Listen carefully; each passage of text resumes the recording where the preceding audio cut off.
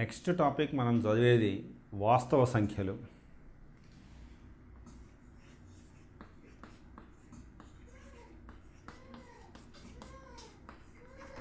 వాస్తవ సంఖ్యలు. ఈ వాస్తవ సంఖ్యలు ఈ సంఖ్యాశాస్త్రంలో ముఖ్యంగా మనం గమనించాల్సిన విషయం ఏంటంటే, ఈ సంకీర్ణ సంఖ్యలతో మొదలవుతుంది. మొత్తం సంకీర్ణ సంఖ్యలు. ఈ సంకీర్ణ సంఖ్యల రూపం ఏ ప్లస్ ఐబి అనే రూపంలో ఉంటాయి. ఏ బి వాస్తవాలు, ఏ మరియు బీలు ఏబీలు వాస్తవాలు. దీంట్లో సంకీర్ణ సంఖ్యలని రెండు భాగాల కింద విడగొడితే, మొదటి భాగంలో వాస్తవ సంఖ్యలు, రెండోది సంకీర్ణ సంఖ్యలు అని వస్తాయి.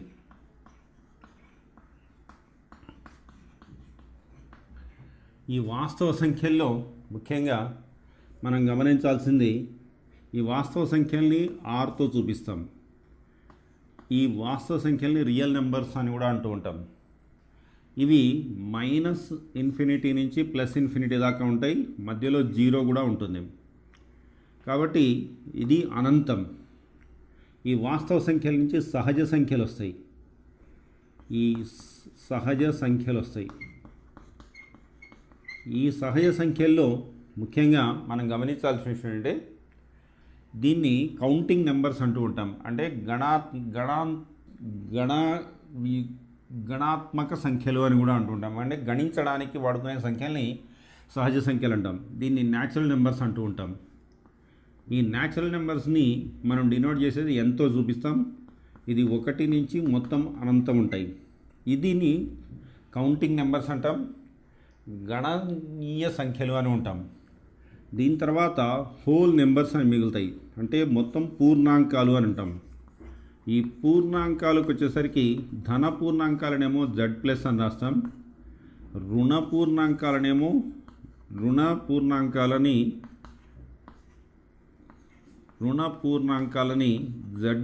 అని రాస్తాం.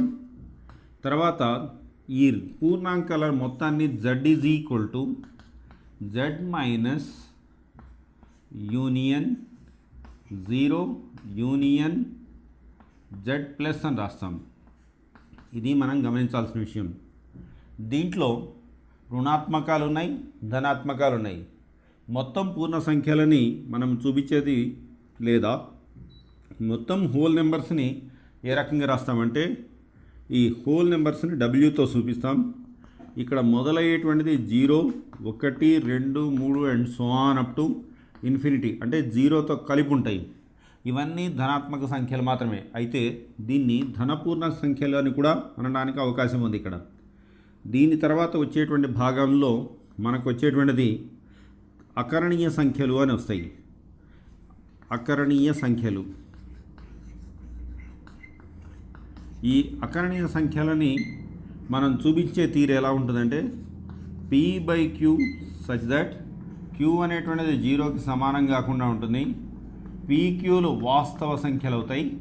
కాబట్టి దీన్ని అకరణీయ సంఖ్యలు అని అంటాం. కాబట్టి PQలు వాస్తవ సంఖ్యలు, Q అనేటువంటిది 0కి, ఒకవేళ Q కనుక 0కి సమానమైనట్టయితే ఇది అనంతానికి వెళ్తూ ఉంటుంది. ఈ అకరణీయ సంఖ్యలు కాని వాటిన్నిటిని కరణీయ సంఖ్యలు అంటాం. ఈ కరణీయ సంఖ్యలు అంటాం. ఈ కరణీయ సంఖ్యలని ఏ రకంగా చూపిస్తామంటే, √2 లేదా 4th √3 లేదా 5th √7 ఇట్లాంటివంటి. అంటే జనరల్గా రాసేటప్పుడు nth √a అని రాస్తాం. అంటే ఏ అనేటువంటిది శూన్యేతరము కానీ ధన వాస్తవ సంఖ్య అయినట్టయితే, n అనేటువంటిది ఏదైనా సంఖ్య అయినట్టయితే a⁴1/nని nవ క్రమం కలిగిన కరణీయ సంఖ్య అంటాం. కాబట్టి దీంట్లో మనం గమనించాల్సిన విషయాలు కొన్ని ఉన్నాయి. వాస్తవ సంఖ్యల్ని rతో చూపించాం, సహజ సంఖ్యల్ని nతో సూచించాం, పూర్ణ సంఖ్యలని Z+తో సూచించాం, రుణ పూర్ణాంకాలని Z-తో సూచిస్తాం, మొత్తం పూర్ణాంకాలని ఇది. అయితే దీంట్లో హోల్ నెంబర్స్ని Zని పూర్ణాంకాల కిందకి తీసుకుంటే 0 1 2 3 and so on up to infinity కింద రాస్తాం. అకరణీయ సంఖ్యలని p/q such that q is not equal to 0, pqలు వాస్తవ సంఖ్యల కింద పరిగణించడం జరుగుతుంది. తర్వాత కరణీయ సంఖ్యలు, ఏ సంఖ్యలైతే అకరణీయాలు కావో ఆ సంఖ్యలని కరణీయ సంఖ్యలు అంటాం. అంటే దీన్ని జనరల్గా రాస్తే ఏ అనేటువంటిది శూన్యేతరము కానీ రుణేతరము కానీ శూన్యేతర రుణేతరము కానీ ఒక వాస్తవ సంఖ్య అయినప్పుడు 1/a⁴n ఎన్నవ ఘాతము కలిగిన కరణీయ సంఖ్య కింద మనం పరిగణిస్తాం. అయితే ఇక్కడ ఒక చిన్న ఉదాహరణ గమనించాలి. ఈ సహజ సంఖ్యలని ఆధారంగా చేసుకొని మనము 2 ప్రక్రియలు చేయబోతున్నాం. ఇప్పుడు ఉదాహరణకి సహజ సంఖ్యల్లో ముఖ్యంగా బీజగణిత ప్రాథమిక న్యాయము ఒకటి ఉంది. ఇది చదవబోయే ముందర ఒక చిన్న ఉదాహరణ ఆలోచిద్దాం. ప్రధాన సంఖ్యలు అని ఉంటాయి. ప్రధాన సంఖ్యలు, ఈ ప్రధాన సంఖ్యలు అంటే ఏదైనా ఒక సంఖ్యకి 1 మరియు అది కారణరాశులుగా ఉన్నట్టయితే దాన్ని ప్రధాన సంఖ్యలు అని అంటాం.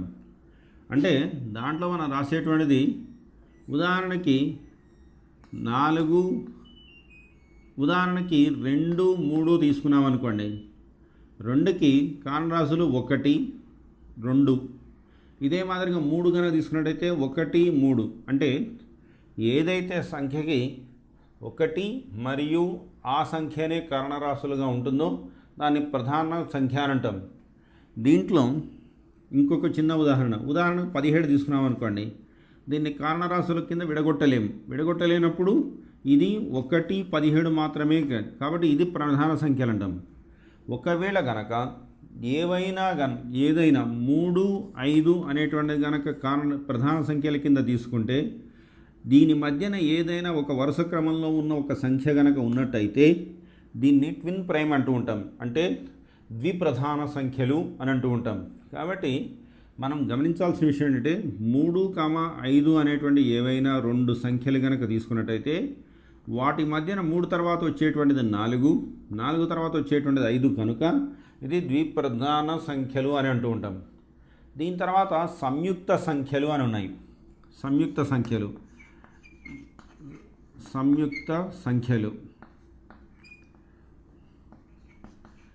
ఈ సంయుక్త సంఖ్యల్లో ముఖ్య ఉద్దేశం ఏంటంటే ఏవైతే ప్రధాన సంఖ్యలు కావు దాన్ని సంయుక్త సంఖ్యలు అంటాం. ఏదైతే ప్రధాన సంఖ్యలు కానీ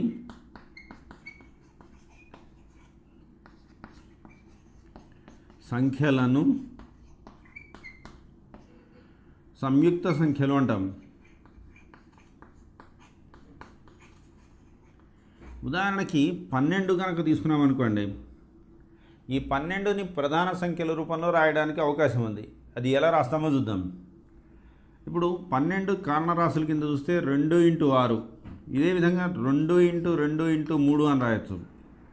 ఈ 2 ప్రధాన సంఖ్యలు, 3 కూడా ప్రధాన సంఖ్యే. కాబట్టి సంయుక్త సంఖ్య అంటే ఏదైతే ఒక సంఖ్యని కారణరాశుల కింద విడగొట్టగలుగుతామో దాన్ని ప్రధాన సంఖ్యలు అని అంటూ ఉంటాం.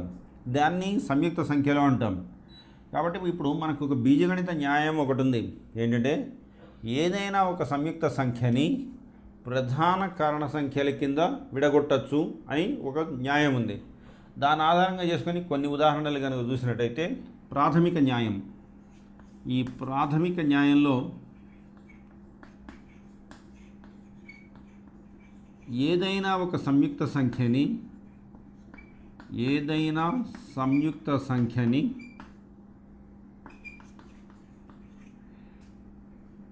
రెండు ప్రధాన సంఖ్యల కింద ప్రధాన సంఖ్యలుగా విడదీయవచ్చును అనేది ఒక క్వశ్చన్. ఉదాహరణకి మనం 14 తీసుకున్నాం అనుకోండి. 14ని ఏమని రాయొచ్చు అంటే 2 × 7 అని రాయొచ్చు. అంటే 2, 7 అనేటువంటిది కారణరాశులు, 2 ఒక ప్రధాన సంఖ్య, 7 ఒక ప్రధాన సంఖ్య. ఇదే మాదిరిగా మనం 24 తీసుకున్నాం అనుకోండి, 24ని 3 ఇంటూ 8 అని రాయొచ్చు. కానీ మళ్ళా 3 ఇంటూ దీన్ని 2 క్యూబ్ అని కూడా రాయొచ్చు. 2 అనేటువంటిది ఒక ప్రధాన సంఖ్య, 3 అనేటువంటిది ఒక ప్రధాన సంఖ్య. కాబట్టి ప్రాథమిక న్యాయం ప్రకారం ఏదైనా ఒక సంయుక్త సంఖ్యని 2 ప్రధాన సంఖ్యల కింద విడదీయడానికి అవకాశం ఉంది అని చెప్పడానికి వీలవుతుంది. ఈ ప్రధాన సంఖ్య ప్రాథమిక న్యాయాన్ని అనుసరించి ఒక సంఖ్య 2-3 సంఖ్యలకి దృష్టి పెట్టుకొని మనము గాసాభా ఏమవుతుంది, కాసాగ్ ఏమవుతుందో కూడా గమనిద్దాం. ఇప్పుడు ప్రాథమిక న్యాయాన్ని అనుసరించి ఏదైనా ఒక సంయుక్త సంఖ్యని 2 ప్రధాన కారణాంకాలుగా విడదీయచ్చు అని నేర్చుకున్నాం. ఇదే ఉదాహరణకి 124 ఉందనుకుందాం. 124ని కారణరాశుల కింద విడగొడితే 2 ఇంటూ 62, 2 ఇంటూ 2 ఇంటూ 31. 31కి ప్రధాన సంఖ్య ఇది 2, అంటే దీన్ని 2 స్క్వేర్ ఇంటూ 31 అని రాస్తాం. కాబట్టి 2 ఒక ప్రధాన సంఖ్య, 31 కూడా ఒక ప్రధాన సంఖ్య కనుక ఈ 124ని ఈ 2 ప్రధాన సంఖ్యల కింద నిర్వచించడం జరిగింది. ఇదే విధంగా మనం దీన్ని ఆధారంగా చేసుకొని గాసాభా కనుక్కుందాం. అంటే గరిష్ట సామాన్య భాజకము, గాసాభా గరిష్ట సామాన్య భాజకము. ఈ గరిష్ట సామాన్య భాజకం ఏ రకంగా వస్తుందో మనం కొద్దిగా గమనిద్దాం. ఉదాహరణకి దీన్ని 3 పద్ధతుల ద్వారా చేయొచ్చు. మొదటిది విభజన ద్వారా, రెండోది కారణరాశుల ద్వారా, కారణాంకాల ద్వారా,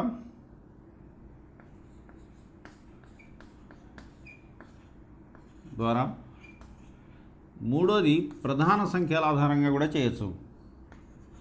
ప్రధాన సంఖ్యల ఆధారంగా. ఇప్పుడు ఈ మూడింటిని దృష్టి పెట్టుకొని మనం ఈ గాసాభాని ఎలా నిర్ణయిస్తామో చూద్దాం.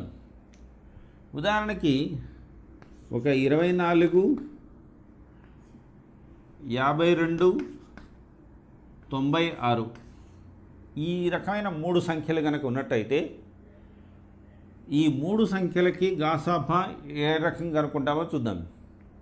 విభజన ద్వారా కనుక చూసినట్టయితే మొదట 52ని 24 చేత గుణించండి. 24 చేత భాగిస్తే 24 రోళ్ళు 48, 4 అవుతుంది. మళ్ళా 4ని 4 చే 24ను భాగించండి, 4 × 24, కాబట్టి ఇక్కడ శూన్యమైంది.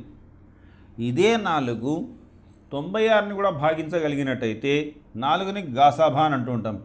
అంటే 96ని 24 చేత కనుక భాగించినట్టయితే 24లో 96, కాబట్టి 4 అనేటువంటిది గాసాభా అవుతుంది.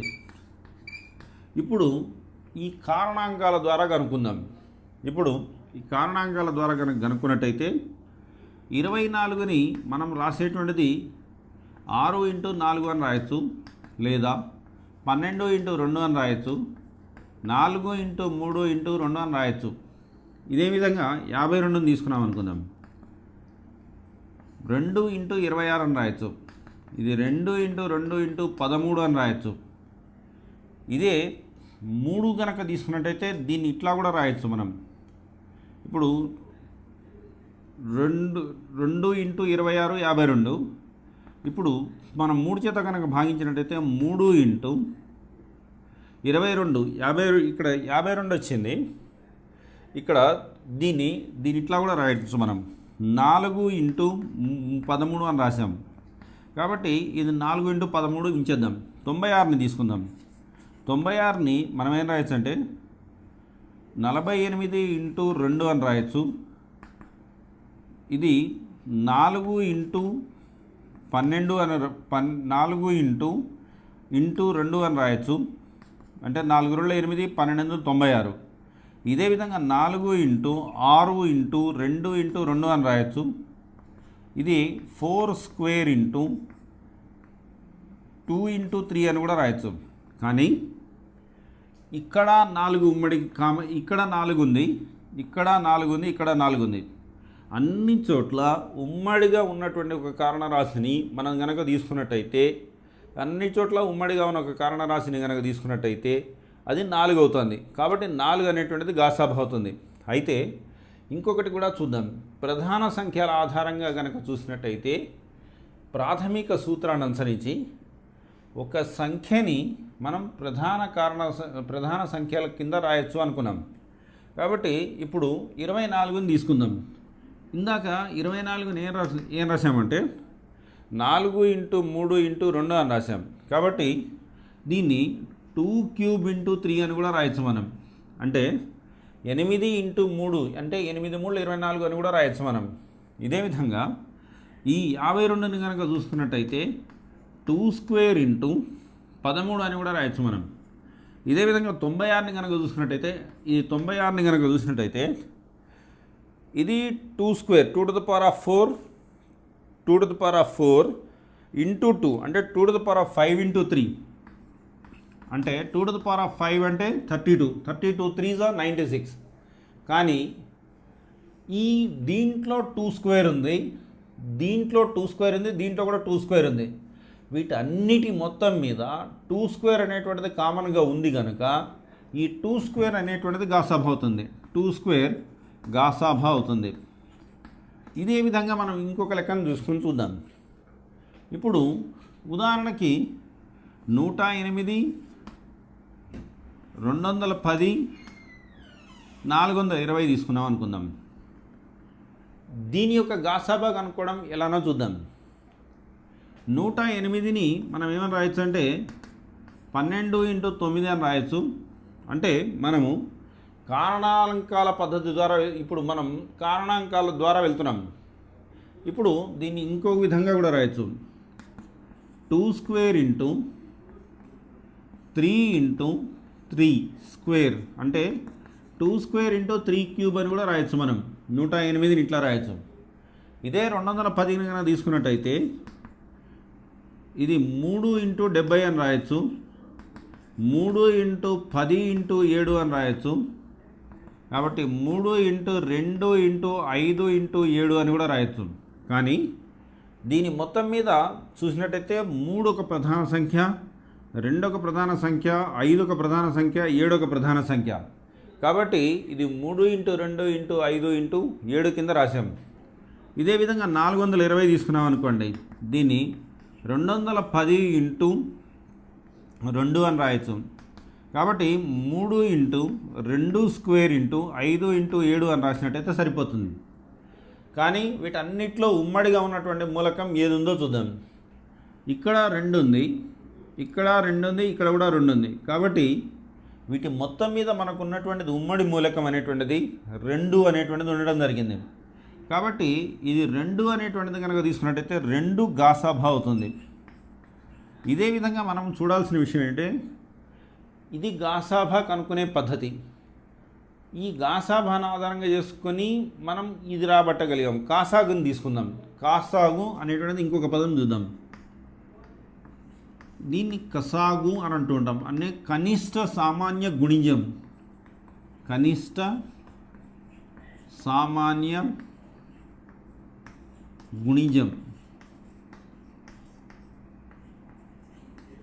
ఈ కనిష్ట సామాన్య గుణిజాన్ని కూడా మనం దృష్టి పెట్టుకొని చూద్దాం. ఇప్పుడు కనిష్ట సామాన్య గుణిజాన్ని కనుక వచ్చినట్టయితే మనం చేయాల్సిన పని ఒకటే.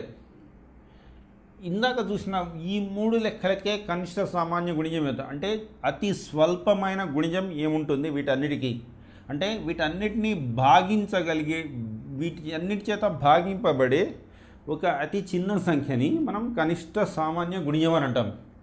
ఉదాహరణకి దీనికి ఒక పద్ధతి ఉంది. 24 ఇంటూ 52 ఇంటూ 96 కనుక తీసుకున్నాం అనుకోండి, దీన్ని కాసా కట్టేందుకు 2 తీసుకుందాం. 2 12 24, 2 26, 2 48. మళ్ళా 2 కనుక చూసినట్టయితే 2 6 12, 2 13 26, 2 24. ఇదే విధంగా ఇది ఇంకొకటి చూసినట్టయితే 3 2 6 13 ఇంకా పోదు కనుక 3 8 24. కాబట్టి ఇప్పుడు రెండుతో కనుక చూసినట్టయితే 2 1 13 4. కాబట్టి 13 4 52, 13 4 42, 42 ఇంటూ 8 ఇంటూ 3, 42 ఇంటూ 8 ఇంటూ 3. కాబట్టి 8 3 24. దేర్ఫోర్ 42 ఇంటూ 24 కనుక చూసినట్టయితే ఎంత వస్తుందో చూద్దాం. 42 ఇంటూ 24 కనుక చూస్తే 24 2 48, 96 4 100. కాబట్టి 1008 అనేటువంటిది కాసాగా అయింది. ఈ గరిష్ట సామాన్య భాజకంలో మనకు వచ్చినటువంటిది 4, కనిష్ట సామాన్య గుణిజం లోపల 1008 వచ్చింది. అంటే ఇది కనుక మనం దృష్టి పెట్టుకున్నట్టయితే ఈ కనిష్ట సామాన్య గుణిజానికి ఈ కనిష్ట సామాన్య గుణిజానికి గరిష్ట సామాన్య భాజకానికి తేడా. ఇక్కడ విభజన, అక్కడ గుణిజం. ఇదే విధంగా మనం ఇంకొక లెక్క చూద్దాం. 108 10.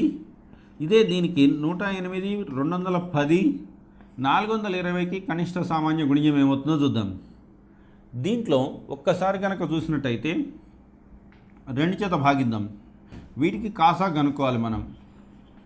వీటికి కనుక కాసా కనుక్కోవాలంటే 108 210 420ని 2 చేత చూద్దాం. 2 5 10, 2 4 8, 2 1 105. దేర్ఫోర్ 2 2 4 10. ఇదే విధంగా ఇప్పుడు ఇంకొక చూసినట్టయితే 3 చేత కనుక చూసినట్టయితే 3 1 3, 3 8 24. కాబట్టి 3 3 9, 3 5 15, 3 7 21 0. ఇప్పుడు ఇది మళ్ళా 3 చేత పోదు కనుక 5 చేత పోతుంది. కాబట్టి 5, ఇది 18, 5 ఏళ్ళ 35, 5 10 70. మళ్ళా 2 చేత పోయేదానికి 2 9 18, 7 2 5 10. కాబట్టి దీన్ని కనుక దృష్టి పెట్టుకున్నట్టయితే 7 5 35, 70. ఇప్పుడు 2 3 6 30, 30 60, 60 ఇంటూ 9 540, 540 ఇంటూ 35. ఇది కనుక చూసినట్టయితే 35 0 0, 5 4 20, 5 25 2 20, 25 2 27, 0 3 4 12, 3 5 15 1 16. దేర్ఫోర్ 0 0 9 8 1. అంటే 18,900 అనేటువంటిది కనిష్ట సామాన్య గుణిజం అనేటువంటిది ఈ మూడిటికి అవుతుంది. ఇప్పుడు ఇందాక వరకు చూసిన దాంట్లో ఒక వాస్తవ సంఖ్యలలో కొన్ని సంఖ్యలు కనుక ఇచ్చినట్టయితే ప్రధాన సంఖ్యల కింద రాయడానికి అవకాశం ఉంది. వాటికి కాసాగు కనుక్కోవడానికి కూడా అవకాశం ఉంది. దీని తర్వాత మనం చేయబోయే పని ఏంటంటే, ఒకవేళ కనుక అకరణీయ సంఖ్యలు కనుక్కున్నట్టయితే ఎన్ని అకరణీయ సంఖ్యలు ఎన్ని అకరణీయ సంఖ్యల మధ్యన ఉంచవచ్చు, అవి పునరావృతం అవుతాయా, పునరావృతం కానివా చూడటానికి అవకాశం ఉంది. నెక్స్ట్ దాంట్లో మనం అకరణీయ సంఖ్యల గురించి చూద్దాం.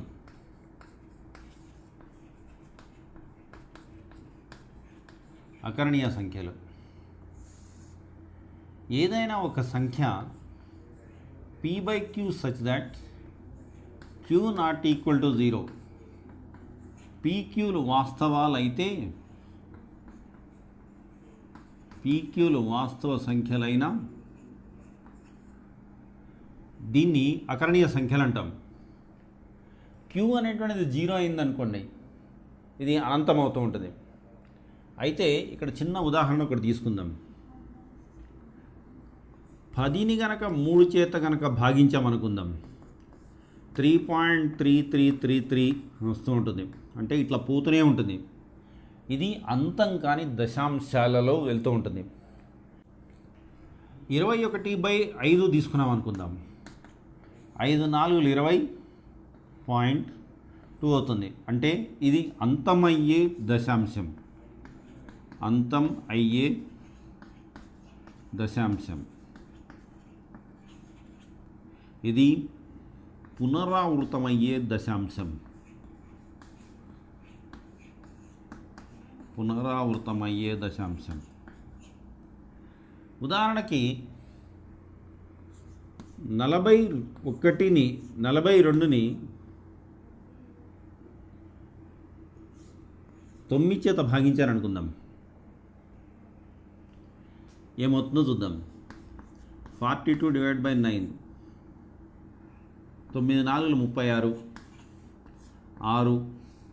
6.0, 9 6 54, 6 0, 9 6 54, 6 0. అంటే ఈ విధంగా పోతూ గనక ఉన్నట్టయితే ఇది కూడా పునరావృతమయ్యే, అంటే ఒకటే రిపీటెడ్గా వస్తూ ఉన్నట్టయితే పునరావృతమయ్యే దశాంశం అని అంటాం. పునరావృతమయ్యే దశాంశం. ఇట్లా కాకుండా మనం ఇంకొకటి కనుక చూసినట్టయితే 43/9 చూసామనుకుందాం, లేదా 44/9 అని చూసామని 44/9 కనుక తీసుకున్నట్టయితే ఎంత అవుతుందో చూద్దాం. 9 9 4 36, 8.0, 9 8 72, 8 0, మళ్ళా 9 8 72, 0 ఇట్లా పోతుంది. ఇట్లా ఇది పునరావృతం కాకుండా కొన్ని సమయాలలో మనకి వచ్చేటువంటి సంఖ్యలు కనుక ఇట్లా కనుక వచ్చినాయి అనుకుందాం. ఇట్లా 43ని ఇప్పుడు 43ని 3 చేత భాగించినట్టయితే 43ని 6 చేత భాగించామనుకుందాం. 6 ఏళ్ళు 42, 1.0, 6 1 6, 4. కాబట్టి ఇక్కడ 0 వస్తుంది. 6 4 6 5 30, 6 6 36, మళ్ళా 40 అవుతుంది.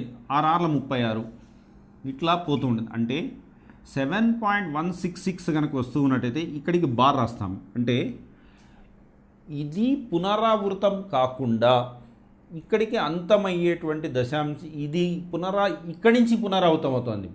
అంటే 7.166 అండ్ సో ఆన్ కనుక తీసుకున్నట్టయితే 6666 ఇట్లా పునరావృతం అవుతుంది. 7.1 ఇలా కనుక అవుతూ ఉన్నట్టయితే దీన్ని ఏమంటామంటే ఇది పునరావృతము ఒక దశాంశ స్థానం తర్వాత జరిగేటువంటి ఒక దశాంశ స్థానం తర్వాత జరిగేటువంటి సంఖ్యని పునరావృతం ఒక దశాంశ స్థానం జరిగేటువంటి అకరణీయ సంఖ్య అని అంటూ ఉంటాం. దీనికి సంబంధించి మనం కొన్ని ఉదాహరణలు చూద్దాం. ఉదాహరణకి ఏ బి అనేటువంటి 2 అకరణీయ సంఖ్యలు అయినట్టయితే వాటి మధ్యన ఎన్ని అకరణీయ సంఖ్యలు రాయొచ్చు అనేది క్వశ్చన్. దానికి ఒక సూత్రం ఏంటంటే a plus b minus a divided by n plus 1 ఒకటి, comma a plus 2 times of b minus a divided by n plus 1 ఒకటి, అండ్ సో ఆన్ ఇలా వెళ్ళిపోతూ ఉంటుంది. అంటే చివరికి మొదట ఏతో మొదలైనటువంటిది చివర బీతో అంతమవుతూ ఉంటుంది. ఉదాహరణకి మనం చూసేటట్టయితే ఒకటి చూద్దాం. 1/3 లేదా ఇట్లా తీసుకుందాం. 1/2, 1/5 మధ్యన ఒక 5 అకరణీయ సంఖ్యల్ని రాయండి అన్నాడు అనుకుందాం. n అనేటువంటిది 5 అకరణీయ సంఖ్యలు, a అనేటువంటిది 1/2, b అనేటువంటిది 1/5. మనం ముందర ఈ సూత్ర ప్రకారం b మైనస్ a ని కనుక్కుందాం.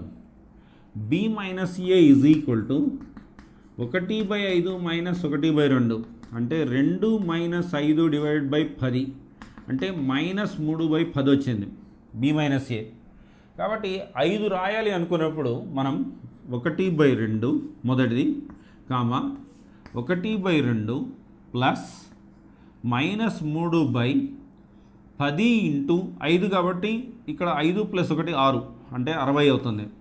తర్వాత రెండోది 1/2 మైనస్ 6 డివైడెడ్ బై 60. ఇదే విధంగా 1/2 మైనస్ 3 3 9 డివైడెడ్ బై 60. ఇదే విధంగా 1 మైనస్ 12 డివైడెడ్ బై, ఎందుకంటే 3 2 3 6 అయింది, 3 మూళ్ళ 9, 4 మూళ్ళ 12, 12 డివైడెడ్ బై 60. ఇదే విధంగా చూసినట్టయితే 1 minus 1/2 minus 1/2 minus 3 2 6, 3 మూళ్ళ 9, 3 4 12, 3 5 15, 15 divided by 60. ఇంకోటి 1 2 3 4 5, ఇంకోటి చివరిది ఏమవుతుందంటే 1/5 అవుతుంది. కాబట్టి ఇది కనుక దృష్టి పెట్టుకుంటే 1/2 3 20లు, దేర్ఫోర్ 20 మైనస్ 1 అంటే 10 మైనస్ 1, 10 మైనస్ 1 అంటే 9, అంటే 9/21. ఇదే విధంగా 6 10లు 60, దేర్ఫోర్ 6 10లు 60 అయినప్పుడు ఇక్కడికి వచ్చేసరికి 5, 5 మైనస్ 1 4, 4/10 ఇదొకటి. ఇదే విధంగా 3 మూళ్ళ 9, 3 20లు, దేర్ఫోర్ 3 20లు 60 అయినప్పుడు ఇక్కడికి వచ్చేసరికి ఇక్కడ 10, 10 మైనస్ 3 7, దేర్ఫోర్ 7 డివైడెడ్ బై 20. ఇది కనుక మనం 20 కింద మార్చాలంటే దీని 8 అని అర్థం. అంటే 9 8 7. నెక్స్ట్ దగ్గరికి వచ్చేసరికి 6/20, నెక్స్ట్ దగ్గరికి వచ్చేసరికి 5/20 అవుతుంది. అంటే 1 2 3 4 5, నెక్స్ట్ దగ్గరికి వచ్చేసరికి 6/20 అవుతుంది. అంటే లెక్క కనుక చూసినట్టయితే మనం ఒక్కసారి ఇది 9 8 1 2 3 4 5 6. కాబట్టి 6వ దగ్గరికి వచ్చేసరికి ఏం కావాల్సి వస్తుందంటే మొత్తం కలిసి 5 సంఖ్యలు వచ్చినాయి. 6వ సంఖ్య దీన్ని కనుక చూసినట్టయితే 15, దీన్ని కనుక చూసినట్టయితే 15 4 60 అవుతుంది. దేర్ఫోర్ ఇక్కడ కనుక 2 మైనస్ 1 1/4 అంటే 1/4 అవుతుంది. ఇది 1/4 అవుతుంది. అంటే 20 చేత కనుక గుణించినాయి 5/20 అయింది. అంటే నెక్స్ట్ ఆటోమేటిక్గా 1/5 మనం 5 అనుకున్నాం కనుక, కాబట్టి ఈ మధ్యన నెక్స్ట్ది ఆటోమేటిక్గా 6/20, నెక్స్ట్ది వచ్చేసరికి 3 కావాలి. 5 4 4/20 అవుతుంది. 4/20 అయినప్పుడు 1/5, కాబట్టి 1/5 అనేటువంటి చివరి సంఖ్య సరిపోతుంది. అంటే 1/2కి 1/5కి మధ్యన 5 అకరణీయ సంఖ్యల్ని 1 2 3 4 5 ఈ రకంగా వ్యక్తపరచడానికి అవకాశం ఉంది. కాబట్టి దీంట్లో ఏబి అనేటువంటి 2 సంఖ్యల మధ్యన, అకరణీయ సంఖ్యల మధ్యన ఈ మనకు కావాల్సిన అకరణీయ సంఖ్యలని ఉంచడానికి సూత్రం a plus b minus a by n plus 1, a plus 2 times of b minus a by n plus 1 and so on up to b. ఇది తీసుకుంటాం. ఇది సూత్రాన్ని ముఖ్యంగా మనం గమనించాల్సిన విషయం.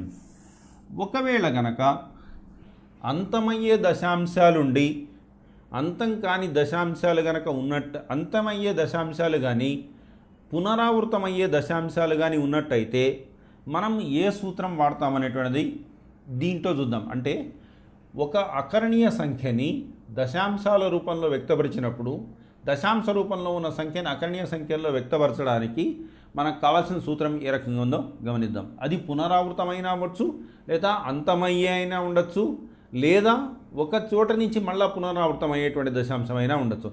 దీన్ని ఆధారంగా చూసుకొని చూద్దాం. ఇప్పుడు ఒక అకరణీయ సంఖ్యని, అంటే ఒక దశాంశంలో ఉన్న స్థానాన్ని అకరణీయ సంఖ్య కింద మార్చాలంటే ఏంటో చూద్దాం.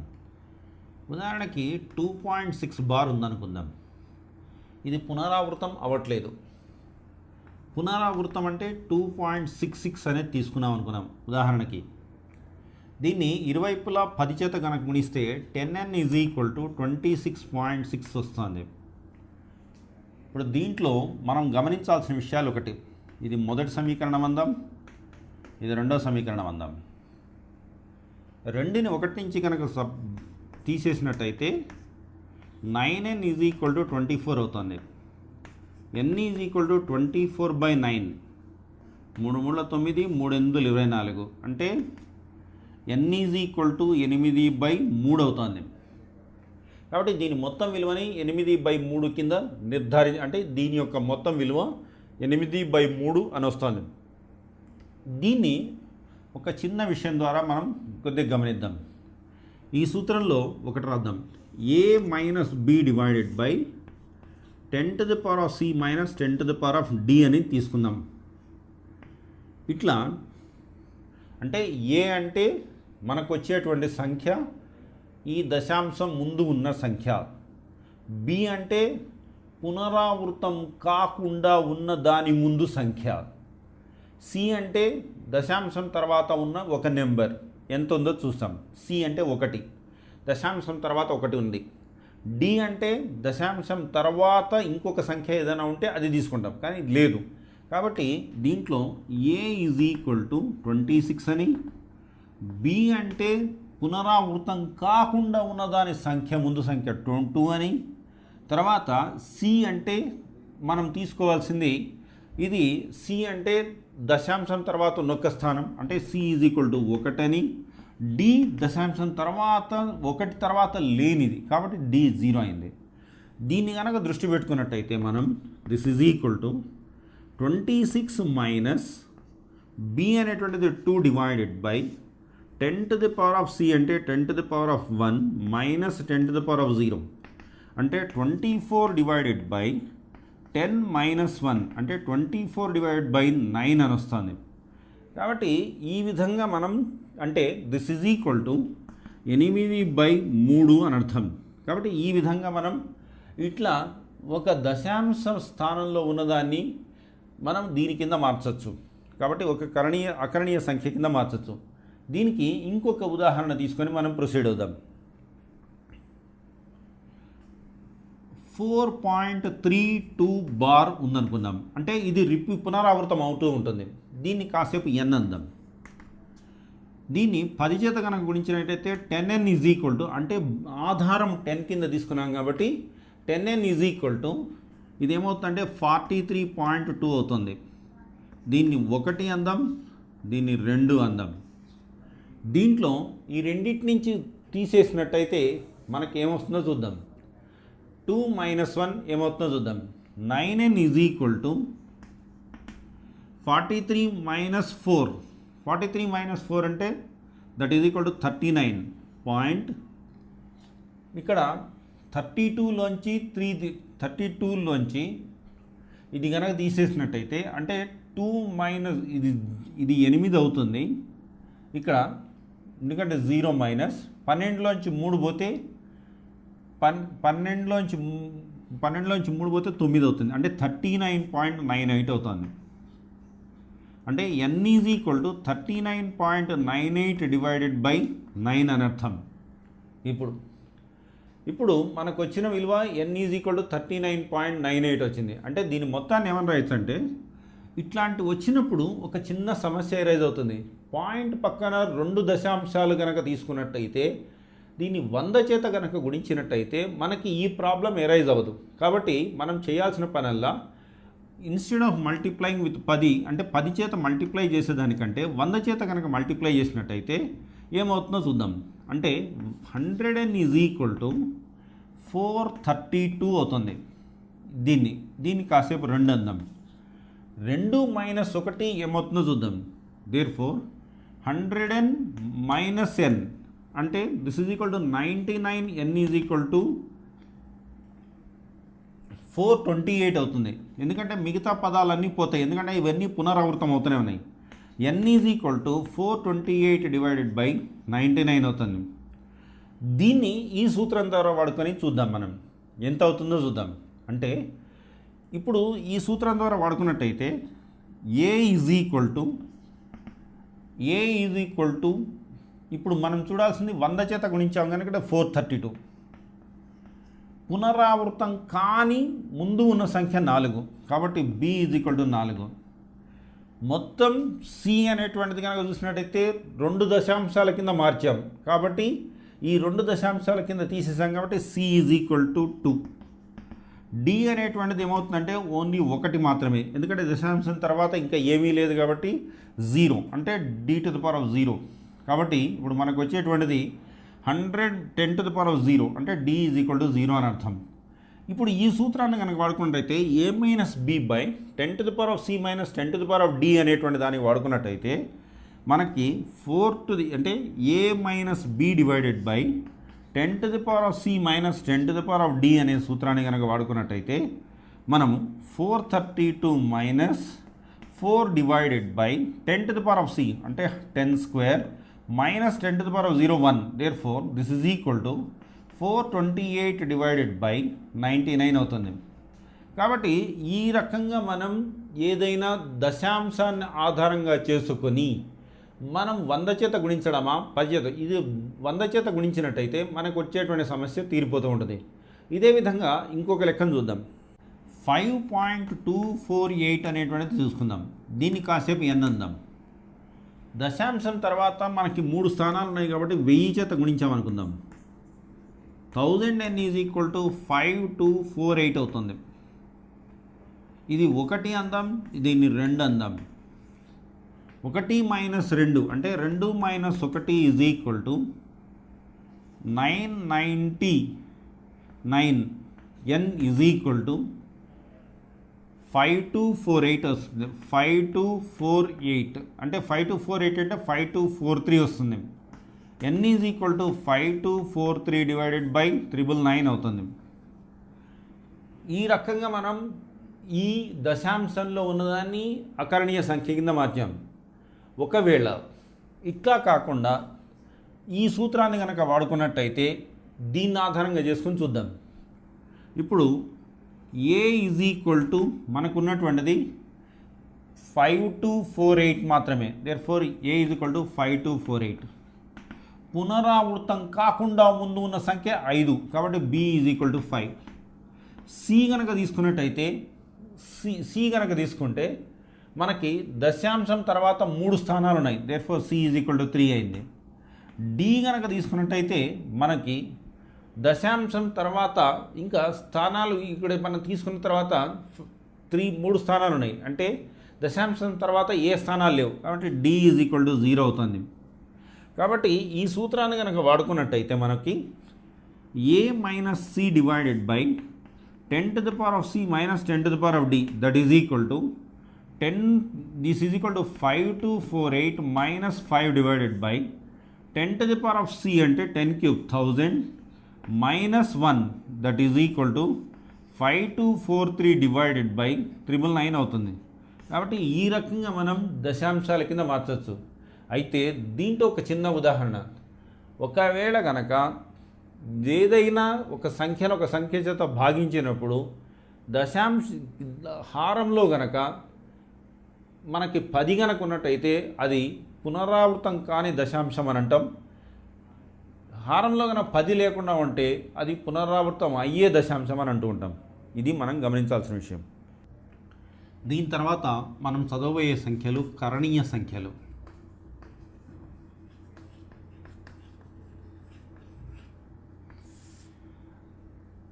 అకరణీయం కాని సంఖ్యలని కరణీయ సంఖ్యలు అంటాం.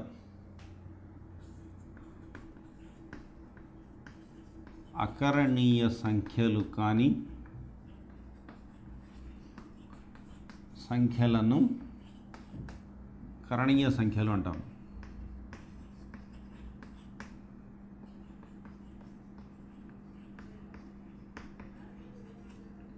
ఇప్పుడు ఉదాహరణకి √2 ఉందనుకుందాం. దీన్ని మనం 1.414 అని రాస్తున్నాం. ఇది యాక్చువల్గా ఎలా జరుగుతుందంటే ఒక వాస్తవ సంఖ్య తీసుకుని రేఖను తీసుకొని ఇది 0 ఇది 1 అని తీసుకొని ఒక చతురస్రాన్ని నిర్మించినట్టయితే ఇది 1 ఇది 1 దీని కర్ణము √2 అవుతుంది. పైథాగరస్ సిద్ధాంతాన్ని వాడుకున్నట్టయితే దీన్ని ఆధారంగా చేసుకొని ఒక వక్రాన్ని కనుక గీసినట్టయితే ఇది దాదాపుగా ఇక్కడ 1.414 దగ్గర ఖండిస్తూ ఉంటుంది. కాబట్టి ఈ బిందువుని మనం ఏమంటామంటే దీని యొక్క విలువ అని అంటూ ఉంటాం. ఇదే విధంగా మనం √3 కనుక్కోవచ్చు. √3 ఈజ్ ఈక్వల్ టు 1.732 అని కూడా తీసుకోవచ్చు. అట్లా మనం √5 ఈజ్ ఈక్వల్ టు అంటే ప్రతిసారి దీన్ని ఆధారంగా చేసుకొని చేస్తూ ఉంటాం. అయితే లాజికల్గా చూసినట్టయితే అంటే విశ్లేషణాత్మకంగా చూసినట్టయితే √2ని కాసేపు అకరణీయ సంఖ్య అనుకుందాం, పీక్యూ అనుకుందాం. పీక్యూలు వాస్తవ సంఖ్యలు దీన్ని ఇరువైపులా వర్గం కనుక చేసినట్టయితే ఇరువైపులా వర్గం చేస్తే 2 = p²/q² అవుతుంది. అంటే p² = 2q² అవుతుంది. అంటే ఒక వాస్తవ సంఖ్య సరి సంఖ్య అవుతుంది. అంటే ఒక వాస్తవ సంఖ్య సరి సంఖ్య అవుతుంది. ఒకవేళ p అనేటువంటిది కనుక ఇప్పుడు p = 2x అని తీసుకున్నాం అనుకుందాం. p = 2x అయినప్పుడు q విలువ ఎంత అవుతుందో చూద్దాం. దట్ ఈజ్ 4x² = 2q² అవుతుంది. అంటే 2x². అంటే q కూడా ఒక సరి సంఖ్య అవుతుంది. ఓకే, q కూడా సరి సంఖ్య. కాబట్టి ఈ రెండింటినీ కనుక దృష్టి పెట్టుకున్నట్టయితే ఇది సరి సంఖ్యలు అయినప్పుడు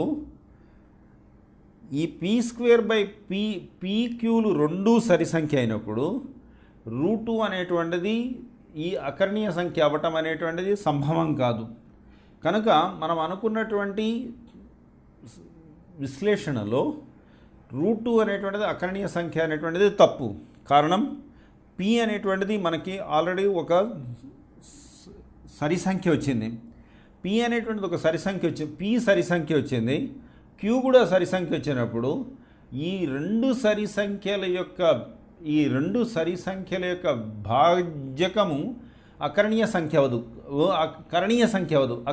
అవుతుంది. కనుక √2 అనేటువంటిది ఒక కరణీయ సంఖ్య అని నిరూపించబడ్డది. కరణీయ సంఖ్య. ఇదే విధంగా మనం ఇంకొకటి చూద్దాం. 2 - √5 ఇది ఒక కరణీయ సంఖ్య అవుతుందా లేదా అనేటువంటిది మనం గమనించాల్సిన విషయం. 2 - √5ని మనం కాసేపు p/q అందాం. ఒక అకరణీయ సంఖ్య అవుతుంది అనుకుందాం. దీన్ని ఈ విధంగా రాద్దాం. 2 - p/q = √5 అవుతుంది. దీన్ని 2q - p/q = √5 అని రాయొచ్చు. వర్గం చేసినట్టయితే pqలు వాస్తవాలు.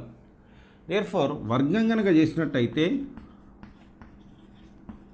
వర్గం చేస్తే 4q² + p² - 4pq / q² = 5 అవుతుంది.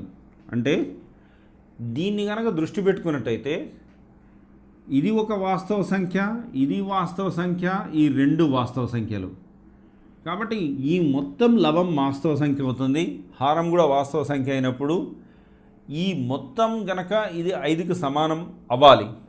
5కి సమానం అవ్వాలంటే ఇవి వాస్తవ సంఖ్యలు అవ్వాలి. వాస్తవ సంఖ్యలు అయినప్పుడు మాత్రమే ఇది సాధ్యపడుతుంది. కాబట్టి ఇది గనక వాస్తవ సంఖ్య అయినప్పుడు ఇది అకరణీయ సంఖ్య. ఇది వాస్తవ సంఖ్య pqలు వాస్తవ సంఖ్యలు అయినప్పుడు ఇది అంటే √5 అనేటువంటిది కూడా ఒక వాస్తవ సంఖ్య అవ్వాలి.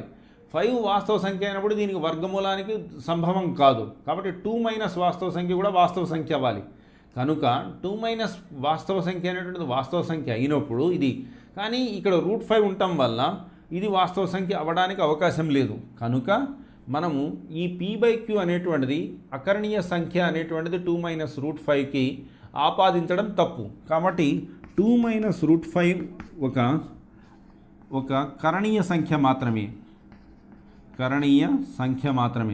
కాబట్టి ఈ రకమైనటువంటి లాజిక్ని మనం వాడుకోవాలి. అంటే 4pq ఇది ఒక సరి సంఖ్య, ఇది ఒక వాస్తవ సంఖ్య, ఇది ఒక సరి సంఖ్య, మొత్తం కలిసి ఒక వాస్తవ సంఖ్య బై ఇది ఒక అకరణీయ సంఖ్య.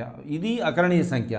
కానీ ఇది అకరణీయ సంఖ్య అయినప్పుడు, అంటే ఖచ్చితమైన వర్గమైనటువంటి అకరణీయ సంఖ్య అయినప్పుడు 2 - వాస్తవ సంఖ్య అవ్వాలి. అప్పుడు ఇది సమానం అవుతుంది. కానీ √5 అనేటువంటిది అకరణీయ సంఖ్య వాస్తవ సంఖ్య కాదు. కనుక మనకి 2 - √5 అనేటువంటి కరణీయ సంఖ్య అని నిరూపించడం అవుతుంది. దీన్ని ఆధారంగా చేసుకొని మనము కొన్ని సంవర్గమాన నియమాలను కూడా వాడుకోవడం జరుగుతుంటుంది. సంవర్గమానము అనగా ఏదైనా ఒక సంఖ్యని, ఉదాహరణకి మనం ఇట్లా మొదలు పెడదాం. 2 ⁴ = 16 అని తీసుకుందాం అనుకుందాం. 16 రావడానికి కారణం 2. కాబట్టి 2 అనేటువంటిది ఆధారం అవుతుంది దేనికి 16కి. కాబట్టి దీని ఏం రాస్తామంటే 4 = log 16 to the base 2 అంటాం. కాబట్టి దీన్ని కనుక సంవర్గమానం కనుక తీసేసినట్టయితే 16 = 2 to the power of 4 అని అవుతుంది. కాబట్టి ఇప్పుడు మనం గమనించాల్సిన విషయం ఏంటంటే ఉదాహరణకి ఇట్లా తీసుకున్నాం అనుకోండి, a to the power of m = n అయినప్పుడు a అనేటువంటిది a గ్రేటర్ దాన్ 1 అవుతూ ఉండాలి. a అనేటువంటిది శూన్యేతరము కానీ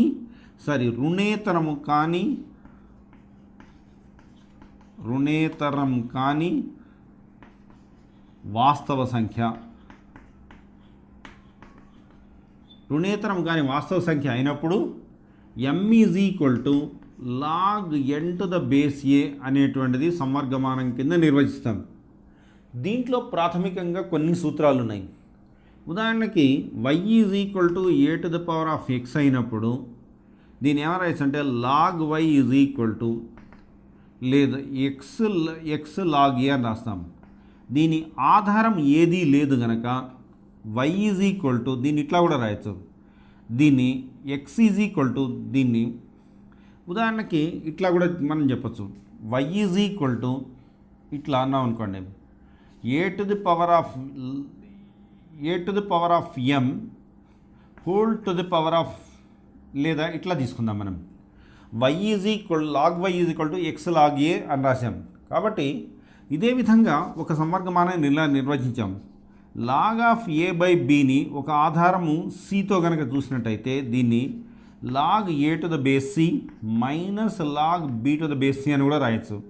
ఇదే విధంగా log a into b to the c = log a to the c minus log b to the c అని కూడా రాయొచ్చు. ఇదే విధంగా మనం ఇంకోటి కూడా చూడొచ్చు, log a to the base a = 1 అని రాయొచ్చు. అంటే a should not be equal to 1, అంటే a అనేటువంటిది 1కి సమానం కాకూడదు.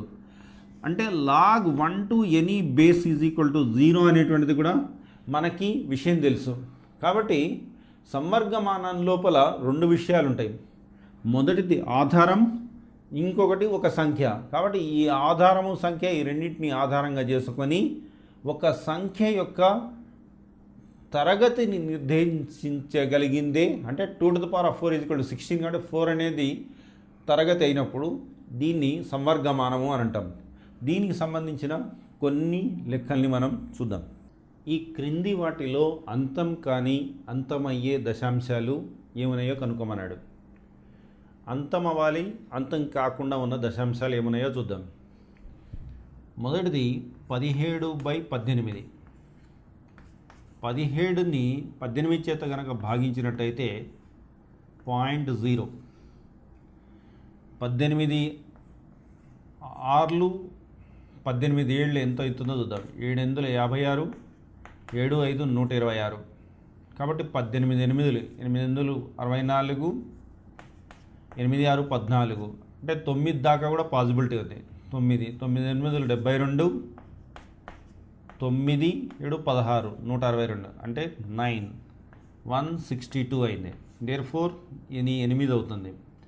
మళ్ళా 0 కనుక చూసినట్టయితే ఇది 18 5 90 అవుతుంది. 18 4 72, కాబట్టి 8, మళ్ళా 0, 18 4 72, 8. అంటే ఈ విధంగా కనుక పోతూ ఉన్నట్టయితే 17/18ని మనం ఏం రాయొచ్చు అంటే 0.944 ఇట్లా అంతం కానీ దశాంశాల కింద రాయొచ్చు. ఇదే విధంగా మనం 15/16 తీసుకున్నాం అనుకుందాం. దీన్ని 15ని 16 చేత కనుక భాగించినట్టయితే 0, ఇది 0.0 అవుతుంది. 16 5 80, 16 96, అంటే 16 9 కనుక చూసినట్టయితే 144, 9 6 54, 9 5 14, 144, కాబట్టి 9. దీంట్లో 6 వస్తుంది, ఇది 0. ఇప్పుడు 16 5 80, అంటే 16 4 48, దేర్ఫోర్ 16 నాలుగు 64, 64 సెట్ అవ్వట్లేదు, 16 మూడు 48, దేర్ఫోర్ 48 అవుతుంది. ఇది 12 అవుతుంది. మళ్ళా ఇక్కడ 0 కనుక తీసుకున్నట్టయితే 16 ఒకట్ల 16, 16 ఐదులు 80, 16 ఆరులు 96, 16 ఆరులు 96, 16 ఏళ్ళు 7 ఆరు 42, 112. దేర్ఫోర్ 16 ఏళ్ళు 112, దేర్ఫోర్ 8 అవుతుంది. 8 అయినట్టయితే మళ్ళా 0, 16 ఐదులు 80. కాబట్టి ఇది కనుక చూసినట్టయితే 0.9375 ఇది అంతమయ్యే దశాంశము. ఇదే విధంగా 7/40 కూడా చూడొచ్చు మనం. 7/40 కనుక తీసుకున్నట్టయితే 7/40 కనుక తీసుకున్నట్టయితే 7ని 40 చేత భాగిద్దాం. 0.0140 30 అవుతుంది. దేర్ఫోర్ ఇది కనుక చూసినట్టయితే 30 పోదు, కాబట్టి ఇక్కడ 0 పెట్టి ఇక్కడ 0 పెట్టినట్టయితే 46 240, దేర్ఫోర్ 46 240, దేర్ఫోర్ ఇది 60 అవుతుంది. మళ్ళా 41 40, దేర్ఫోర్ 20 అవుతుంది. కాబట్టి 20 అయినప్పుడు ఇక్కడ ఒక 0 పెడితే ఇక్కడ 5 అవుతుంది, అంటే 200 అవుతుంది. కాబట్టి ఇది కూడా 7/40 కనుక చూసినట్టయితే ఇది ఇక్కడ ఇంకొక 0 రావాలి ఇక్కడ. దేర్ఫోర్ ఇది 0.1061105 ఇది అంతమయ్యేటువంటి దశాంశము. ఇదే విధంగా 9/11 చూద్దాం. 9/11 కనుక చూసినట్టయితే మనకేమవుతుందో చూద్దాం. 9 11, దేర్ఫోర్ 0.0 11 88, కాబట్టి ఇక్కడికి వచ్చేసరికి 2 మళ్ళా 0 11 ఒకట్ల 11, దేర్ఫోర్ 9 మళ్ళా 0 11 8 88, దేర్ఫోర్ మళ్ళా 2, దేర్ఫోర్ మళ్ళా 0 11 ఒకట్ల 11, అంటే 0.818181 ఇలా పెరుగుతూ పోతుంది. అంటే 9/11 కనుక ఇలా కనుక రాసినట్టయితే 9/11 ఏమని రాయొచ్చు అంటే this is equal to 0.8181 and so on ఇలా రాస్తూ పోతూ ఉంటే అంతం కాని దశాంశాలు అని అంటాం. ఇప్పుడు మనం రెండో లెక్కలో 3 1/3 మరియు 3 2/3ల మధ్యన ఒక అకరణీయ సంఖ్యని కనుగొనము అన్నాడు. అంటే 3 1/3 3 2/3 అనుకున్నప్పుడు ఇప్పుడు 3 1/3 రెండో లెక్క మరియు 3 2/3 3 2/3 3 మూల 9 1 10/3 3 మూల 9 2 11/3.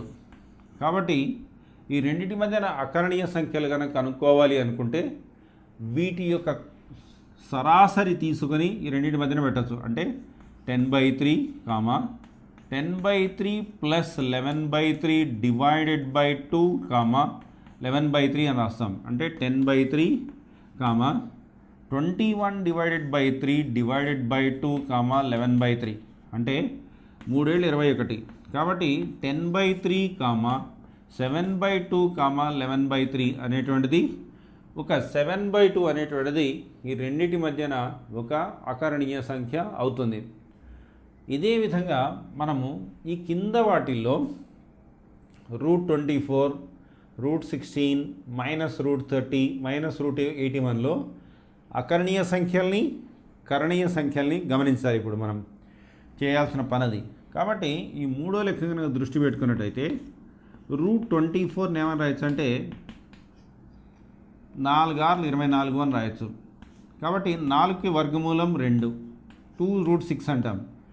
6కి వర్గమూలం లేదు, కానీ ఈ వర్గమూలాన్ని కనుక మనం రాసినట్టయితే అప్రాక్సిమేట్గా 4 కంటే పెద్దది కనుక 2 పాయింట్ సంథింగ్ వస్తుంది. కాబట్టి √24 అనేటువంటిది ఒక కరణీయ సంఖ్య.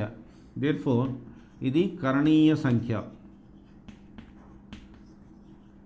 ఇదే విధంగా √16 తీసుకున్నాం అనుకోండి, దీన్ని 4² అని రాయొచ్చు. 4² అయినప్పుడు 4. కాబట్టి మనకు తెలుసు ప్రతి వాస్తవ సంఖ్య అకరణీయ సంఖ్య అని. కానీ అకరణీయ సంఖ్య అయినా ప్రతి సంఖ్య వాస్తవ సంఖ్య కాదు. కాబట్టి 4 ఒక అకరణీయ సంఖ్య.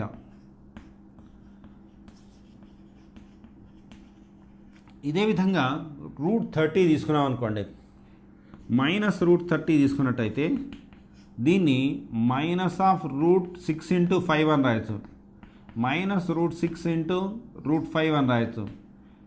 ఇది కరణీయ సంఖ్య, √6 కరణీయ సంఖ్య, రెండు కరణీయ సంఖ్యల లబ్ధం కరణీయ సంఖ్య, కాబట్టి ఇది -√30 కరణీయ సంఖ్య. ఇదే విధంగా -√81 తీసుకుందాం.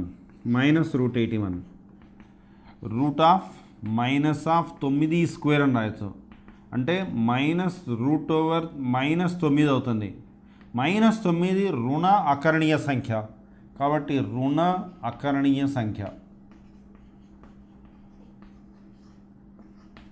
రుణ అకరణీయ సంఖ్య. కాబట్టి మనము ఏదైనా కనుక చూసినట్టయితే దీని కరణీయ సంఖ్య అకరణీయ సంఖ్య అనేది నిర్ధారించవచ్చు.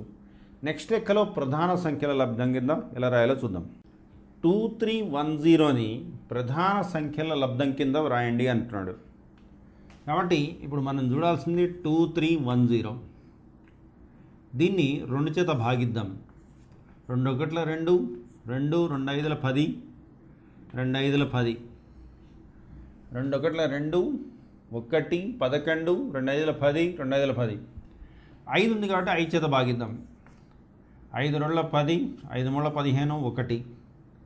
మళ్ళా 2 చేత అన్న భాగించబడుతుందా అంటే 2 చేత భాగించబడాలంటే చివరిలో 2 ఉండాలి, కాదు. 3 చేత భాగించబడుతుందా, 3 చేత భాగించబడుతుందో లేదో చూద్దాం. 3 2 5 1 6, కాబట్టి 3 చేత భాగించబడుతుంది. 3 3 7 21, 3 7 21, కాబట్టి 7 7, కాబట్టి 11 చేత భాగించబడుతుంది. 11 11 7 77.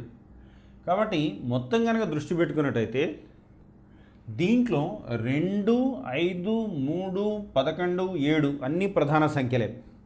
కాబట్టి 2310ని మనం ఏమో రాయొచ్చు అంటే 2 × 5 × 3 × 11 × 7 అని రాయొచ్చు.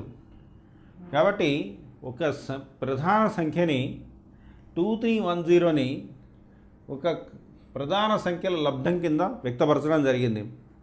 ఇదే విధంగా 156 చూద్దాం. 156 కనుక తీసుకున్నట్టయితే ఏమవుతుందో చూద్దాం. 156ని మనం 2 చేత చేయటానికి అవకాశం ఉంది, కాబట్టి లేదా 6 5 11, 11 1 12 కనుక మొత్తం సంఖ్యల మొత్తం 12 కాబట్టి ఇది 3 చేత భాగించబడుతుంది. దేర్ఫోర్ 3 5 15, 3 2 6. ఇప్పుడు 2 ఉంది కాబట్టి 2 చేత భాగించవచ్చు మనం. 2 2 26, 52, మళ్ళా 2 2 13. కాబట్టి ఇప్పుడు దీన్ని కన్నా దృష్టి పెట్టుకున్నట్టయితే 13 ఇంకా సూక్ష్మీకరించడం చేత కాదు. 13 కూడా ఒక ప్రధాన సంఖ్య, కాబట్టి దీన్ని ఏమని రాయొచ్చు అంటే 3 × 2² × 13 అని రాయొచ్చు. కాబట్టి 156ని మనము 3 2 13 ప్రధాన సంఖ్యల కింద వ్యక్తపరిచాం. ఇట్లాంటి లెక్కల్ని మనం గాసాబా కాసాబా కూడా ఎలా కనుక్కోవాలో చూద్దాం. ఇప్పుడు 8 9 25 యొక్క గాసాబా కాసా గుణం కనుక్కోండి అన్నాడు. ఇదో 6వ లెక్క. కాబట్టి 8ని ఫ్యాక్టర్స్ కింద రాసామనుకోండి, 2³ అని రాస్తాం. 9ని 3² అని రాస్తాం. 9ని 3² అంటాం. 25ని 5². కానీ ఈ మూడిట్లో ఉమ్మడిగా ఏదీ లేదు, కాబట్టి ఉమ్మడి సంఖ్య ఏదీ లేదు కనుక ప్రతి ఒక్కదానికి ఒక్కటి ప్రధాన సంఖ్య ఉంటుంది. కాబట్టి దీనికి గాసాబా 1 మాత్రమే. ఇప్పుడు కాసా కనుక్కోవాలనుకోండి. కాసా కనుక్కోవాలి అంటే 8 9 25 మొత్తం 3 విభిన్న సంఖ్యలు, 3కి ఉమ్మడి మూలకం లేనే లేదు. కాబట్టి ఇప్పుడు దీన్ని చూడాలంటే 8 9 72, 72 × 25. కాబట్టి ఇది కాసాగు ఈజ్ ఈక్వల్ టు 72 × 25. 25 2 50, 25 7 175, 175 అంటే 180. కాబట్టి మొత్తం 1800 అనేటువంటిది దీని యొక్క కాసాగు అవుతుంది. ఇలాంటిది మనం ఇంకొక లెక్కలో చూద్దాం. 72 మరియు 108లకి గాసాబాని కనుక్కోండి అన్నాడు. ఏడో లెక్క 72 మరియు 108కి గాసాబా కనుక్కుందాం. ఫస్ట్ది కాసా కనుక్కుందాం.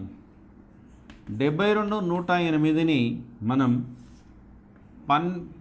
2 చేత కనుక చూస్తే 2 36లు, 2 54లు, మళ్ళా 2 18లు, 2 27లు, 3 6ల 18, 3 9లు 27, మళ్ళా 3 2 6, 3 3 9.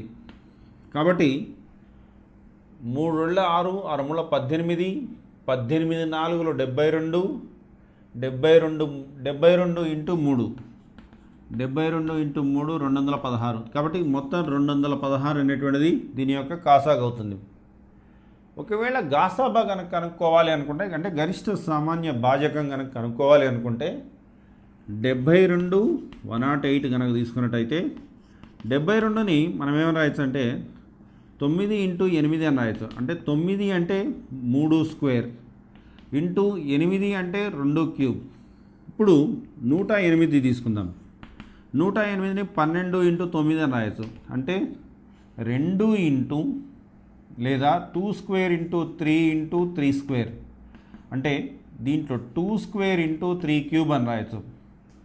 దీంట్లో ఉమ్మడిగా ఉన్న మూలకాలు ఏంటో చూద్దాం. 2 స్క్వేర్ ఒకటి, 3 స్క్వేర్ ఒకటి.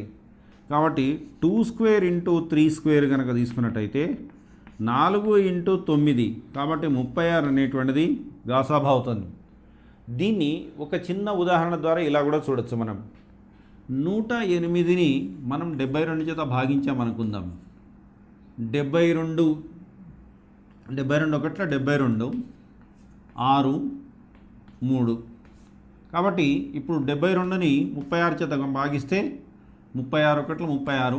కాబట్టి ఇక్కడ కూడా మనకు వచ్చేటువంటిది 36 అవుతుంది. 36 2 72 అవుతుంది. కాబట్టి ఇక్కడ శూన్యం ఉంది. కాబట్టి ఈ 36 అనేటువంటిది గాసాబా అవుతుంది.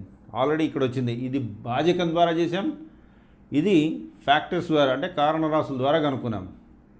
ఇలా కాకుండా ఒక పెద్ద సంఖ్య ఇచ్చి అది సంయుక్త సంఖ్య ఏ విధంగా అవుతుందో చెప్పమని అంటాడు.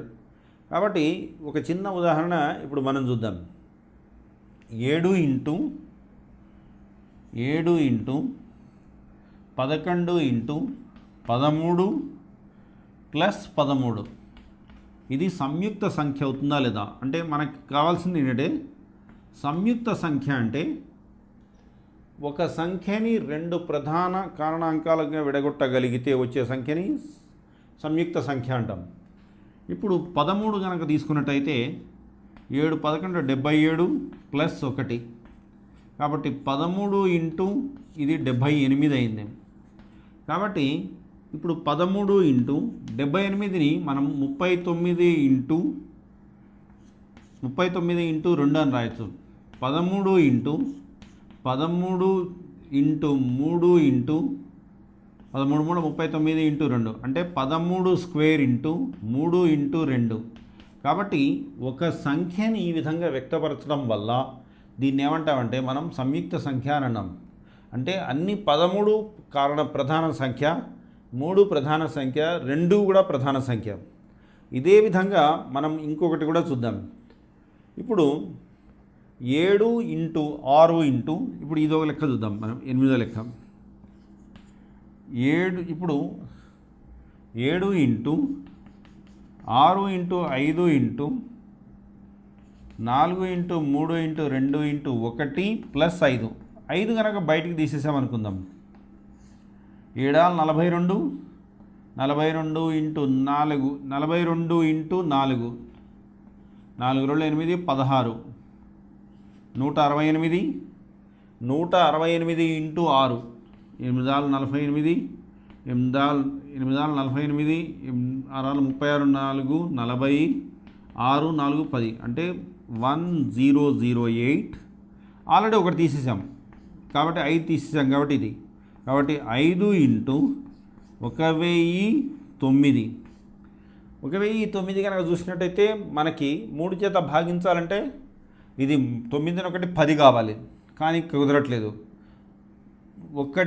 కాబట్టి 2 చేత భాగించబడదు, 7 చేత కూడా భాగించబడదు.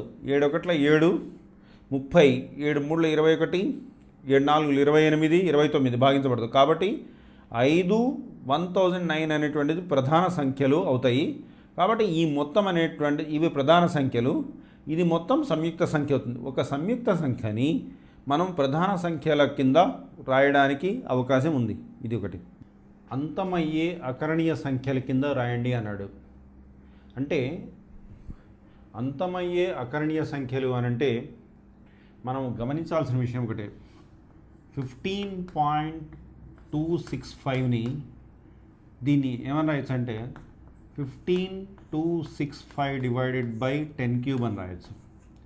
అంటే this is equal to 15265 divided by 2³ into 5³ అని రాయొచ్చు.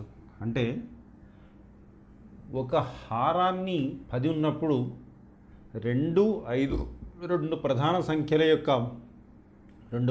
సంఖ్యల కింద కనుక రాయగలిగినట్టయితే దీన్ని అంతమయ్యే అకరణీయ సంఖ్యలు అని అంటాం.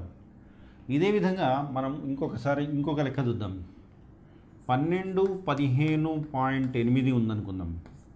12 15 8 డివైడెడ్ బై 10 అంటే దీన్ని 12158 డివైడెడ్ బై 2 ఇంటూ 5 అని రాయొచ్చు. కాబట్టి ఇది 12158 డివైడెడ్ బై 2 ఇంటూ 5 రూపంలో రాసాం కనుక ఇది అంతమయ్యే మనము అకరణీయ సంఖ్యల కింద వ్యక్తపరిచాం. ఇదే విధంగా ఒక సంఖ్యని దశాంశ రూపంలో మార్చాలి అంటే హారంలో 10 ఉండాలి. ఆ హారంలో 10 వచ్చే విధంగా మనం సంఖ్యల్ని మార్చగలమా లేదా చూద్దాం. ఉదాహరణకి మనం రెండో లెక్కలో 7/25 తీసుకుందాం. 7 డివైడెడ్ బై 5 స్క్వేర్ అని రాశాం. దీన్ని 7 into 2 square divided by 5 square into 2 square అని రాసినప్పుడు 7 into 4 divided by 5 square into 2 square కనుక 28 డివైడెడ్ బై 10 స్క్వేర్ అని రాయొచ్చు మనం. అంటే మనం ఇట్లా కనుక వ్యక్తపరచగలిగినట్టయితే హారాన్ని దీన్ని మనం దశాంశ రూపంలో రాసామంటాం. ఇదే విధంగా మనం 14/23 ఉందనుకుందాం. ఈ 23ని మనం కారణాంకాలుగా కానీ దేని కానీ విడగొట్టలేం. అంటే 5 ఇంటూ 2 రూపంలో రాయలేం. కనుక 23ని 5 ఇంటూ 2 రూపంలో రాయలేము కనుక మనము దీన్ని ఏమని చెప్పచ్చు అంటే ఇది దశాంశ రూపంలో రాయడానికి కుదరదు అని చెప్తాం. ఇదే విధంగా మనం ఇంకొకటి చూద్దాం. 80/81 తీసుకున్నాం. 81ని మనం 9 స్క్వేర్ అని రాసాము, కానీ 5 ఇంటూ 2 కింద రాయలేం. కాబట్టి 81ని 5 ఇంటూ 2 రూపంలో రాయలేము కనుక దశాంశంలో మార్చలేం. దశాంశ రూపంలో మార్చలేం. ఇది మనం గమనించాల్సిన విషయం. ఇప్పుడు ఈ క్రింది వాటిలో అంతం అయ్యే దశాంశాల కింద వ్రాయండి అన్నాడు. అంతమయ్యే దశాంశాలు అంటే ఈ 10 కింద రాయటం చేయగలగాలి మనం. ఇప్పుడు మనం 13 డివైడెడ్ బై 3125 ఉందనుకుందాం.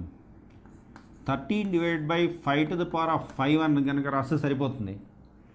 కానీ దీన్ని 2 చేత కనుక గుణించినట్టయితే 2⁵ డివైడెడ్ బై 2⁵. అంటే 13 ఇంటూ 32 డివైడెడ్ బై 10⁵ అయినట్టయితే వాటిని అంతమయ్యే దశాంశాలు అని చెప్తాం మనం.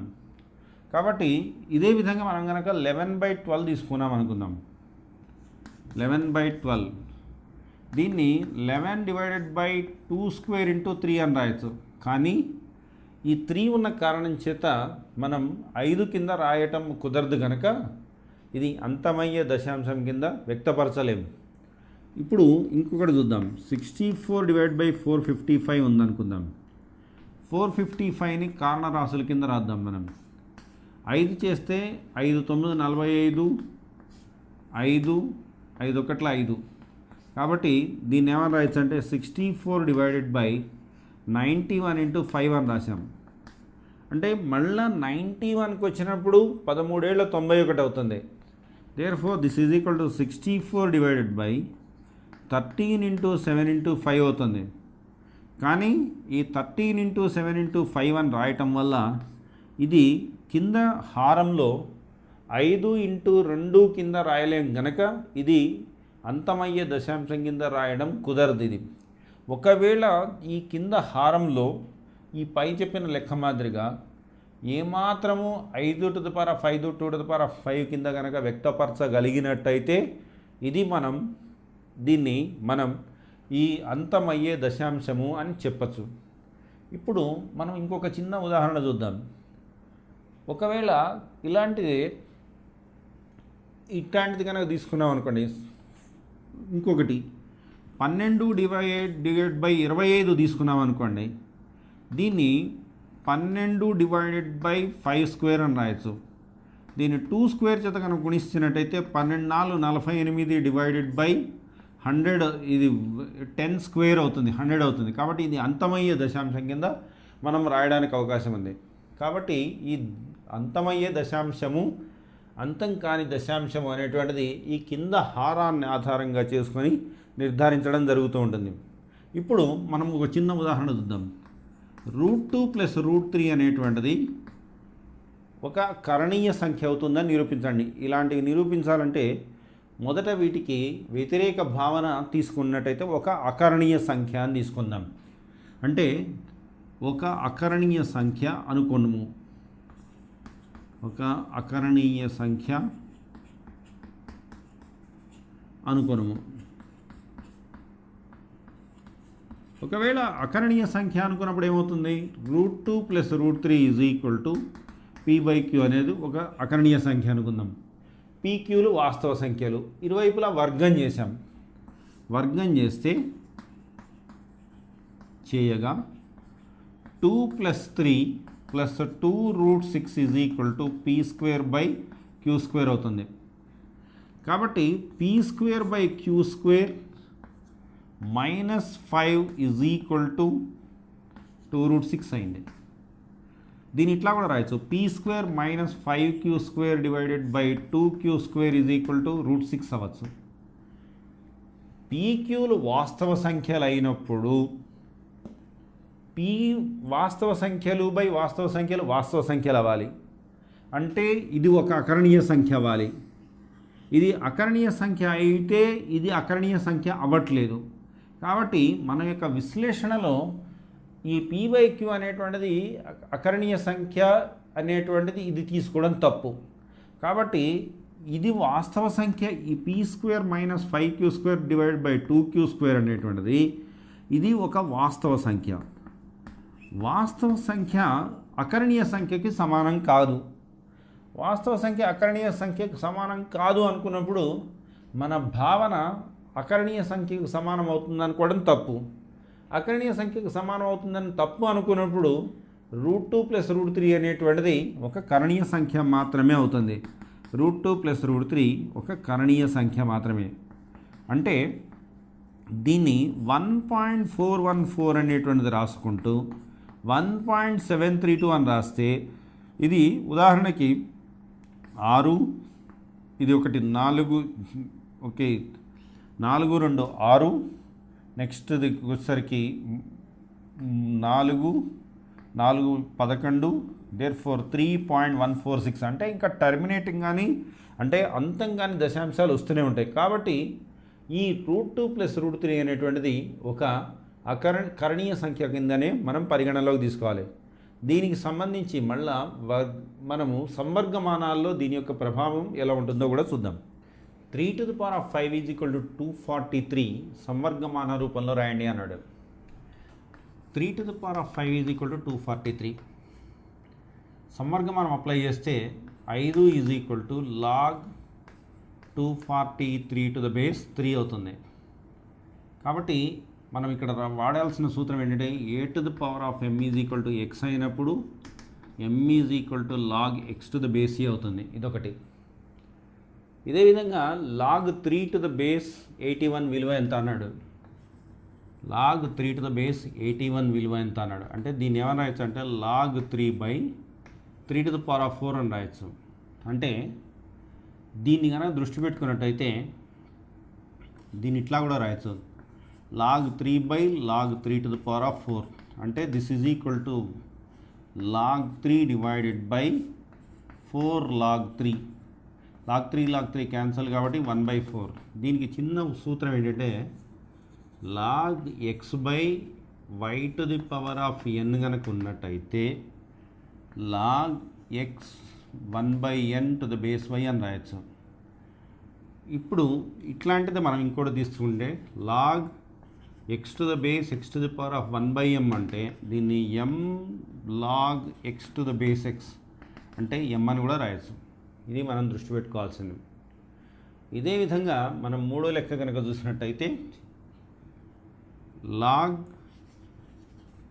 Route x to the base x అంటే దీని ఏమైనా రాయొచ్చు అంటే log X to the power of 1/2 to the base x అంటే 1/2 log X to the base x అంటే దిస్ ఈజ్ ఈక్వల్ టు 1/2 అని చెప్పచ్చు మనం. ఇదే విధంగా మనం లాగ్ 512 టు ద బేస్ 2 అని రాసామనుకుందాం.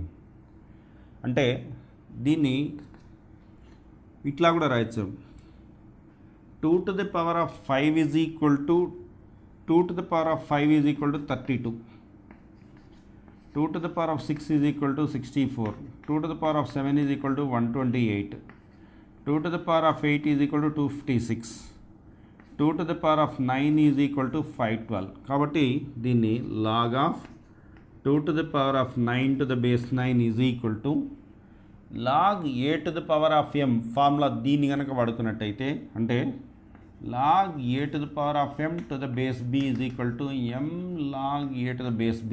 దీని సూత్రాన్ని అనుసరించి 9 log 2 to base 2 that is equal to 9 మాత్రమే అవుతుంది. ఇది మనం గమనించాల్సిన విషయం. ఇంకొకటి log m plus log n అంటే లాగ్ m అనే సూత్రం ఉంటుంది మనకి. Log X plus log Y is equal to log X Y. ఈ సూత్రాన్ని అనుసరించి ఐదో లెక్క కనుక దృష్టి పెట్టుకున్నట్టయితే log 2 plus log 5 is equal to log 10 అవుతుంది. ఆరో లెక్క కనుక దృష్టి పెట్టుకుంటే log X minus log Y is equal to log X by Y. కాబట్టి log 16 minus log 2 is equal to log 16/2 is equal to log 8. Log 8ని ఏమని రాయొచ్చు అంటే లాగ్ 2 క్యూబ్ అని రాయొచ్చు. అంటే దీన్ని 3 లాగ్ 2 అని రాయొచ్చు. ఇదే విధంగా ఏడో లెక్క చూద్దాం.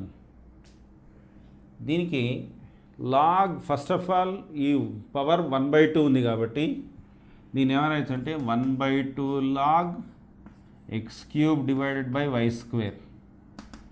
లాగ్ m/n అనే సూత్రాన్ని కనుక వాడుకున్నట్టయితే log m minus log n అవుతుంది. 1/2 into log X cube minus log Y square. దీన్ని 1/2 into 3 log X minus 2 log Y అని రాస్తాం. కాబట్టి ఈ విధంగా దీన్ని విస్తరింపజేయచ్చు. కాబట్టి ఇప్పుడు 8వ లెక్కలో కొన్ని విలువలు కనుక్కోమన్నాడు. లాగ్ 9 టు ద బేస్ 3 అన్నామనుకోండి. లాగ్ 9 టు ద బేస్ 3 అంటే దీన్ని log of 3 square to the base 3 అంటే 2 log 3 to the base 3 that is equal to 2 అని రాయొచ్చు. ఇదే విధంగా లాగ్ 2 టు ద బేస్ 8 అన్నాడు అనుకోండి. దీన్ని లాగ్ 2/2 క్యూబ్ అంటే 1/2 into log 2 to the base 2 that is equal to 1/2 అవుతుంది. ఇదే మాదిరిగా ఇప్పుడు log root C to the base C అన్నాడు.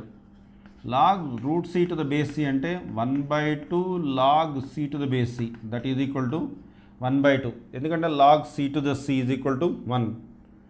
ఇప్పుడు ఇదే విధంగా మనం ఇంకో లెక్క దృష్టి పెట్టుకుంటే లాగ్ 15ని విస్తరింప చేయండి అంటున్నాడు. ఇప్పుడు 9 లాగ్ 15ని విస్తరింప చేయాలి అంటే log 5 into 3 log m into n అంటే log mn log m plus log n ఇది లాగ్ దీన్ని విస్తరింపజేసాం. ఇదే విధంగా మనం ఇంకొకటి చూద్దాం. ఒక విస్తరణనిచ్చి మొత్తం ఒక సంవర్గమానం కింద రాయమంటే ఏ రకంగా రాయాలో చూద్దాం. 2 log 3 plus 3 log 5 minus 5 log 2 ఒక సంవర్గమానం కింద రాయండి అన్నాడు. మనం ఇక్కడ చూడాల్సిన సూత్రం ఏంటంటే log A to the power of m is equal to m log A. దీని సూత్రాన్ని వాడతాం.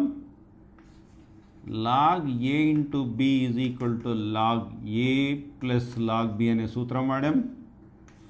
Log A by B is equal to log A minus log B అనే సూత్రాన్ని కూడా వాడతాం. కాబట్టి దీన్ని log 3 square plus log 5 cube minus log 2 to the power of 5 అని రాయొచ్చు. ఇప్పుడు ఈ రెండింటిని కనుక దృష్టి పెట్టుకున్నట్టయితే log 3 square plus log 5 cube by 2 to the power of 5 అని రాయొచ్చు.